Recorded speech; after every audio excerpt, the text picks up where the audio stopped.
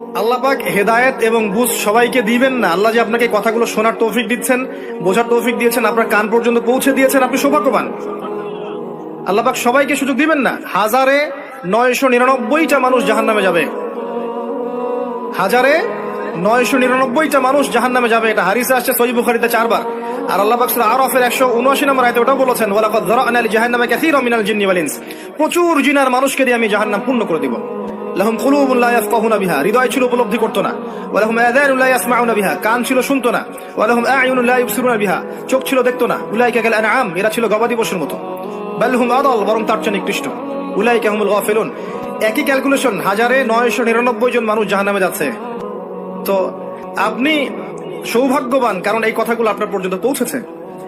আপনার প্রথম কাজ হচ্ছে আগে তওবা করা। আমার সাথে পড়েন, আস্তাগফিরুল্লাহ আল্লাযী লা ইলাহা ইল্লা হুয়াল হাইয়ুল কাইয়্যুম ওয়া আতুবু ইলাইহি।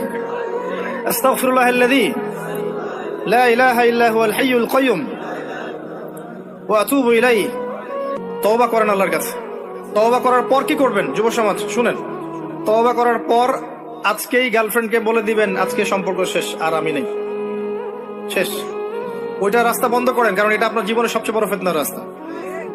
আবার সে যদি বলে যে সত্যি বলছো তুমি, আর কথা হবে না, তারপর কালকে সকালে আবার ফোন দিয়ে বলে আরেকটা বার শুধু কথা বলতে চাই, একটা বার দেখা করতে চাই, এটাই শেষ, আর দেখা করতে চাবো না, এই ফাঁদে আবার পা দিয়েন না, তাহলে সারা জীবন আর শেষ হবে না কখনো।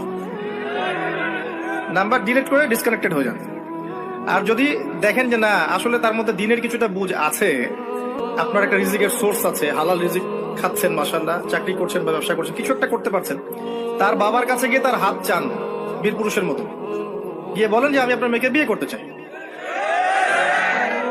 যদি বয়স হয়ে যায় এবং তাদের মধ্যে একটা কুফু হয়ে যায়, আপনি বিয়ে করে ফেলেন, সিম্পল। প্রেম করতে যাচ্ছেন কি জন্য?